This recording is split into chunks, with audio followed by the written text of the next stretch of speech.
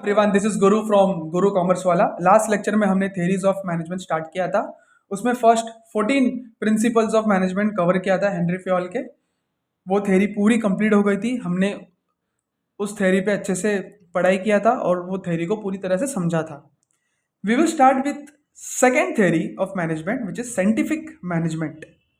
theory on scientific management which is introduced by F.W. Taylor, Frederick Winslow Taylor. हम लोग Taylor साहब बोलेंगे इनको, और उनको फादर ऑफ साइंटिफिक मैनेजमेंट भी कहा जाता है। Okay, let's start with definition. So definition मैंने 3 पार्ट में डिवाइड किया हुआ है। पहले डेफिनेशन क्या बोलना चाहता है मैं आपको बता देता हूँ। It consist of knowing what to do, want man to do it exactly and seeing it that they do it in the best and cheapest way. तो कुछ भी नहीं समझा सर, कोई बात नहीं, मैं हूं ना, मैं बताता हूं। हम डेफिनेशन को 3 पार्ट में डिवाइड कर देंगे इजीली समझने में। पहले 2 पार्ट समझना, टॉप मिडिल लेवल है और ये लास्ट पार्ट है लोअर लेवल। सो ये और एक इसको नाम दिया गया है मैनेजमेंट और इसको कहा गया है employees.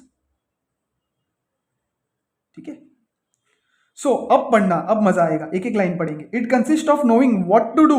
Knowing what to do, क्या करना है। कौन जानता है ऑर्गेनाइजेशन में क्या करना है? ऊपर वाले जानते हैं, जो प्लानिंग करते हैं। ठीक है, टॉप एंड मिडल, उनको पता है क्या करना है। ठीक है, want, want man to do, want want करवाना है किससे? आदमियों से। टू डू एग्जैक्टली, एग्जैक्टली क्या? जो प्लानिंग किया था।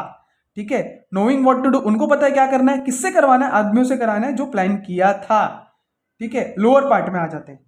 फिर सीइंग, ये लोग देख रहे हैं, ऊपर से ये लोग देख रहे हैं नीचे। सीइंग इट दैट दे कौन? Employ do it in the best and cheapest way. Best मतलब बहुत अच्छे से काम करना, चीपेस्ट मतलब proper utilisation of all the resource, कुछ वेस्टेज नहीं।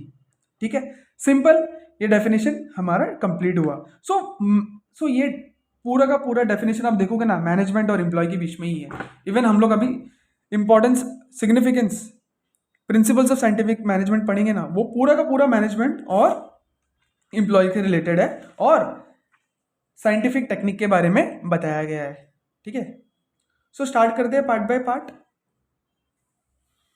First point, science not a thumb rule. In order to increase the effectiveness, thumb rule method substituted with method developed through a scientific work analysis। ठीक है, thumb rule method को substitute कर दिया हमने। Thumb rule method को substitute मतलब substitute, उसके जगह पे सब्स्टिट्यूट, थंब के जगह पे साइंटिफिक एनालिसिस यूज किया। थंब रूल नहीं चलेगा, बिल्कुल नहीं चलेगा। ठीक है, हम लोग बोलते ना बेस्ट ये कर लो, ये मत करो, ये सब नहीं चलेगा। प्रॉपर पढ़ाई करो अच्छे से और प्रॉपर कैलकुलेट करके बुक में लिख के बताओ कि ये डिसीजन हमको लेना है with proper reasoning, proper base के साथ। एक छोटा सा एग्जांपल दूंगा, फनी है थोड़ा। पता है हम कितने लोगों को मैंने देखा है एग्जाम में जब बच्चे होते हैं ना, थंब रूल बहुत यूज करते हैं। एक स्कॉलर बच्चा होता है, बाकी दूसरे बच्चे उसके डिपेंडेंट होते हैं एग्जाम हॉल में। क्या? ट्रू फॉल्स के ऊपर। अगर ट्रू आया तो ऐसा करना, फॉल्स आया तो ऐसा करना। ठीक है, ट्रू आया तो ऐसा, फॉल्स आया तो ये यहाँ पे नहीं चलेगा। यहाँ पे पूरा कैलकुलेटिव वे होना चाहिए। ओके, मतलब कैलकुलेटिव वे में चीटिंग नहीं होनी चाहिए। ये तो मैंने छोटा सा एग्जांपल दिया आपको। ठीक है, thumb rule method is based on a personal judgment of manager. अरे पर्सनल जजमेंट नहीं चाहिए हमको, हमको पूरा कैलकुलेटिव सिस्टमैटिक चाहिए। पर्सनल चीजें तू तेरे पास ही रख मैनेजर। ठीक है, हमको कैलकुलेटिव चाहिए। ठीक है, so Taylor insisted on scientific method for every small work. Taylor साहब बोलते थे छोटे से छोटे चीजों को भी है ना साइंटिफिक टेक्निक से करो। क्यों? क्योंकि मिस्टेक नहीं होगी, वो चीजें बराबर से होगी। This principle concern bye selecting best way.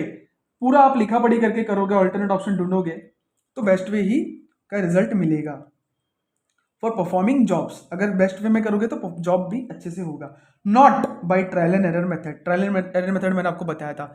Scientific चीजें वही है जो 14, जो importance of principles of management में एक पॉइंट था, साइंटिफिक डिसीजन। ठीक है, वही चीज यहाँ पे। Standard required time and output should be defined by the manager. Manager time और आउटपुट डिफाइन। स्टैंडर्ड मतलब क्या है? एक स्टैंडर्ड मतलब एक प्रॉपर तरीके से चीजें करना, स्टैंडर्ड। ठीक है, स्टैंडर्ड रिक्वायर्ड फॉर टाइम।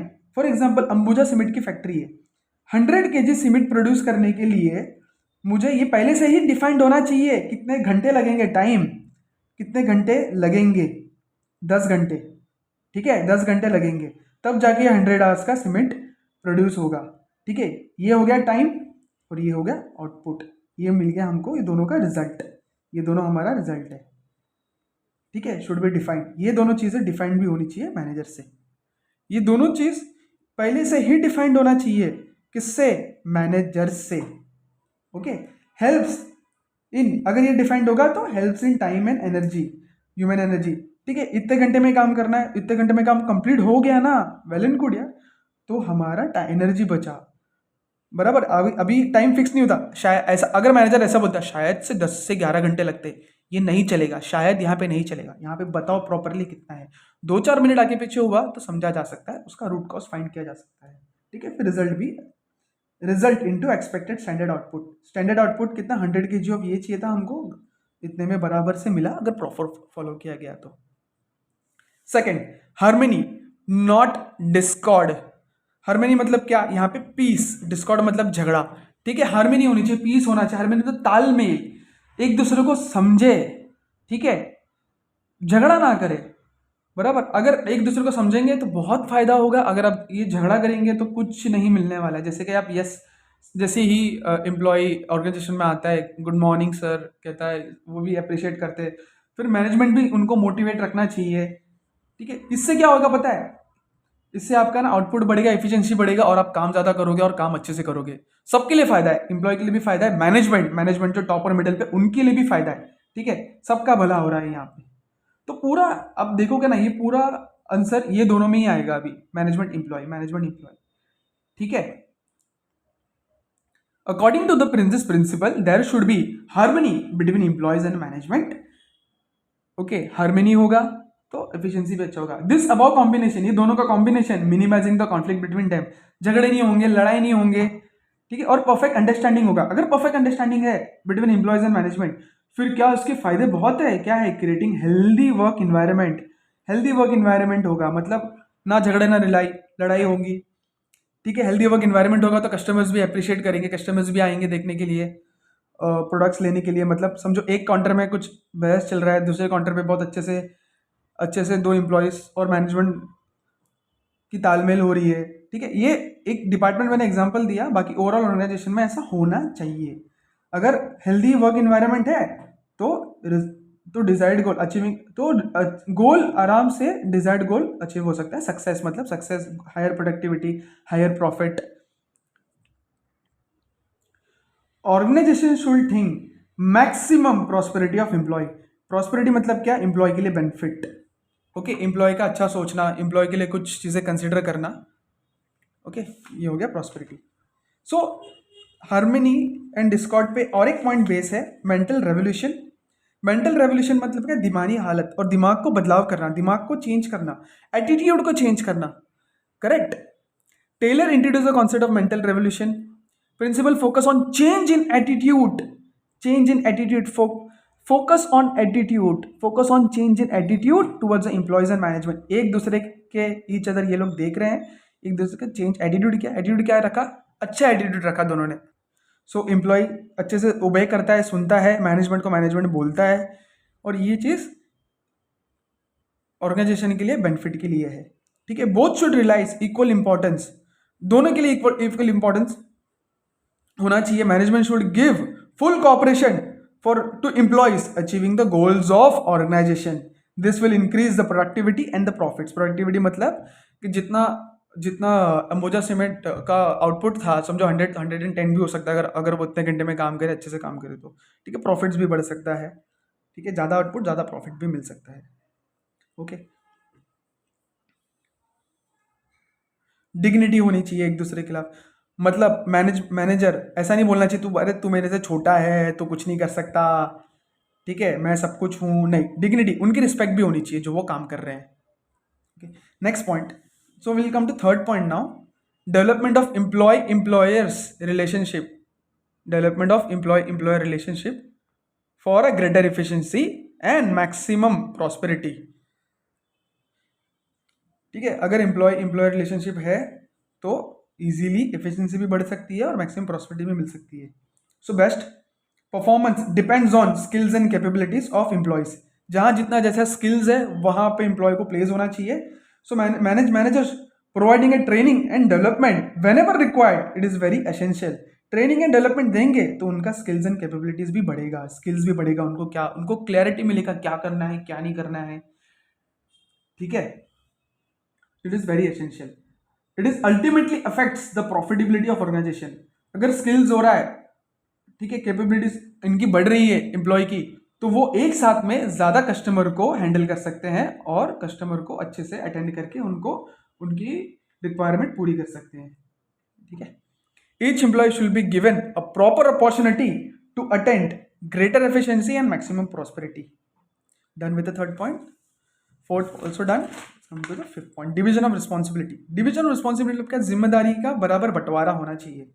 जितना जो जिसका हकदार है उसको उतना काम मिलना चाहिए. Okay, proper division of work should be always accompanied with division of responsibility between the managers and employees.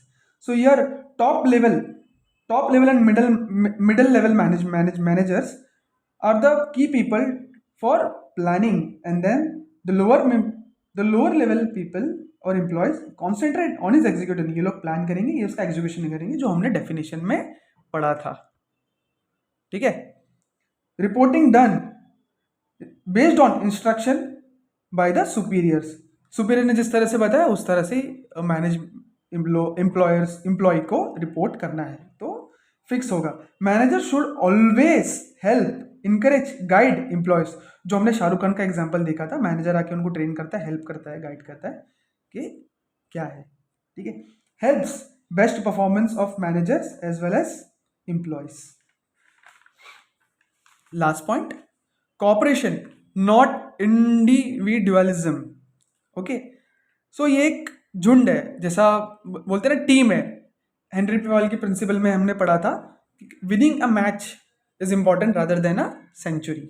ये वही चीज़ है, बस उसको ज़्यादा ब्रीफली एलोबरेट किया गया है. और कॉपरेशन मतलब कि एम्प्लॉय का भी कॉपरेशन, ऐसा नहीं एम्प्लॉय का पूरा यूनियन कॉपरेशन बन गया, नहीं हम नहीं सुनेंगे, एम्प्लॉयर मैनेजमेंट के अगेंस्ट पे आ गए, स्ट्राइक पे आ गए, तो वो भी उनको समझना चाहिए. अगर वो स्ट्राइक पे आ गए तो उनकी आमदनी है इस पे. ठीक है, बड़े बड़े फैक्ट्रीज में यूनियन होते हैं ना, उनकी आमदनी है, अगर वो स्ट्राइक पे आ गए तो उनका आमदनी बंद हो सकती है. तो उनको भी ये सोचना चाहिए कि मैनेजमेंट की वजह से, बिजनेस की वजह से उनका घर चलता है, तो उनको भी मैनेजमेंट की बातें सुननी चाहिए. ठीक है, mutual cooperation between the workforce that is employees and manager. Due to cooperation, trust, team spirits and internal competition turns into healthy competition. मतलब ये समझना, internal competition मतलब समझो हमने 3 डिपार्टमेंट है, तीनों सोचेंगे मैं अच्छा सेल्स करके दिखाऊंगा, दूसरा बोलेगा नहीं मैं अच्छा सेल्स करके दिखाऊंगा, तीसरा बोलेगा मैं भी अच्छा करूंगा. तीनों का इंटरनल कंपटीशन है. तो इंटरनल कंपटीशन उन तीनों के बीच में है ना, तीनों अच्छा सेल्स अचीव करेंगे, तो यहाँ पे हमारे लिए एक हेल्दी कंपटीशन हो गया. कंपटीशन किसके बीच में, ये तीनों के बीच में, हेल्दी कंपटीशन. ये हमारे लिए हेल्दी कंपटीशन हो, हमारे लिए, उनके लिए भी ठीक है, वो उनके लिए भी अच्छा है, हायर सेल्स अचीव होगा, उनको भी रिवॉर्ड्स एंड रिकग्नाइजेशन मिलेगा. Consider suggestion given by employ in decision making process. Employ की डिग्निटी भी कंसिडर करना. ठीक है, उनका सजेशन भी कंसिडर करना. जैसे कि हमने सीखा था, मैनेजर का सजेशन कंसिडर करते हैं, फंक्शनल मैनेजर का सजेशन कंसिडर करते हैं टॉप लेवल वाले, और नाना पाटेकर जो है सुपरवाइजर, उनका भी सजेशन कंसिडर करते हैं फंक्शनल मैनेजर. ठीक है, employ should be treated integral part of organisation in all respect. मतलब एक ऑर्गेनाइजेशन का परिवार का हिस्सा उनको फील करवाना है, होना चाहिए. At the same times employer assist, employ की भी रिस्पॉन्सिबिलिटी है. Going on a strike, resist मतलब नहीं करना स्ट्राइक और अननेसेसरी डिमांड, ज़्यादा पगार मांगना. ठीक है, अगर वो ज़्यादा पगार मांग के बढ़ गया तो फिर ऑर्गेनाइजेशन का प्रॉफिट नहीं हो सकता है. तो वो सब, ऑर्गेनाइजेशन का प्रॉफिट नहीं हुआ तो ऑर्गेनाइजेशन बंद हो सकती है. फ्रॉम मैनेजमेंट और organisation, you can see they should be treat each other as a 2 pillar of organisation. Pillar मतलब क्या, बिल्डिंग पिलर्स पे खड़ी होती है. ठीक है, 2 पिलर पे बिल्डिंग खड़ी है, अगर एक पिलर गिर गया तो बिल्डिंग टूट जाएगी. तो दोनों का साथ में रहना जरूरी है, इसलिए हम लोग बोलते हैं equal importance, balanced. So we are done with principles of scientific management. I have something for you. How to remember shortcut is SHAMD. S for science, H for harmony, E for employer relationship, M for mental, D for division, C for cooperation. Sorry, cooperation individualization. Sorry, my mistake. Yeah. So see you in the next lecture guys. Hope ये lecture आपको अच्छा लगा हो. Please share करना जितना हो सके. Bye.